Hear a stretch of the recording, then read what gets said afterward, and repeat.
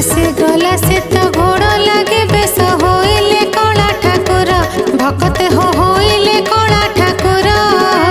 पाट पतनी को मखमली घोड़ दिशाई भारी सुंदर भकते हो